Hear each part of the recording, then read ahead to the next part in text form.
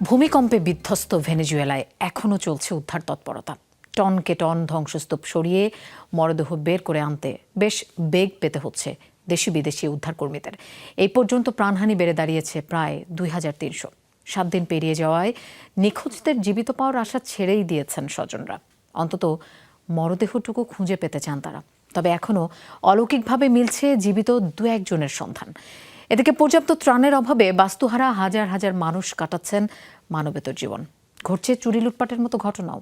ফোটানোর ঝামেলা ছাড়াই নিরাপদ পানির জন্য ঘরে আনুন পিওরিট। কল করুন 16627।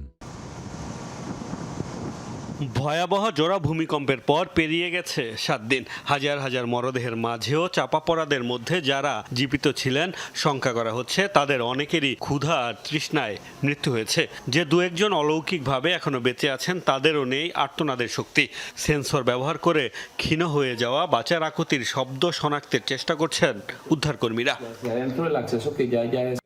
উদ্ধারকর্মীদের প্রাণপণ চেষ্টায় ভেনেজুয়েলায় ধসে পড়া ভবনের ধ্বংসস্তূপের ভেতর থেকে এখনও মিলছে জীবিতদের সন্ধান। সরকারি তথ্য মতে এ পর্যন্ত জীবিত উদ্ধার করা হয়েছে 6400-র বেশি মানুষ।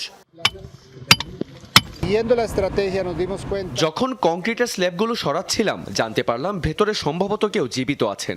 আমরা তার অবস্থান শনাক্তের চেষ্টা করি, পরে নিশ্চিত হই সত্যিই সেখানে একজন জীবিত আছেন। জাতিসংঘের তথ্যমতে এখনও নিখোঁজ প্রায় 50,000 মানুষ। ফলে প্রাণহানিও 50,000 ছাড়ানোর শঙ্কা করা হচ্ছে। স্বজনদের খোঁজে নিজেরাই উদ্ধার অভিযানে নেমে পড়েছে সাধারণ মানুষ। এছাড়াও ভেনেজুয়েলার প্রশিক্ষিত উদ্ধারকর্মীদের পাশাপাশি অভিযানে সক্রিয় 4000-এর বেশি বিদেশি। হাজার হাজার বাস্তুচ্যুত মানুষের মাথা গোঁজার জন্য বাড়ানো হয়েছে আশ্রয় কেন্দ্রের সংখ্যা। তবে খাবার পানির তীব্র সংকট আর চুরি লুটপাটের কারণে মানবেতর জীবন কাটাচ্ছেন দুর্গত এলাকার বাসিন্দারা। ক্ষুধার্তরা ত্রাণ নিয়ে জড়াচ্ছেন মারামারিতেও। বিশ্ব খাদ্য কর্মসূচি WFP বলছে ভেনেজুয়েলায় 3 মাসের জন্য অন্তত 5 লাখ মানুষের জরুরি খাদ্য প্রয়োজন।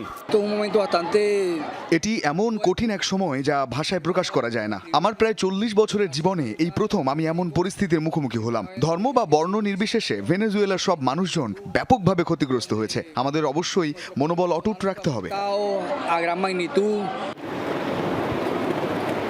বিপর্যয়কর এই পরিস্থিতিতে ভেনেজুয়েলায় 7 দিনের জাতীয় শোক ঘোষণা করেছেন অন্তর্বর্তী president Delcy Rodriguez. Mostafa Mahmud, Jamuna news.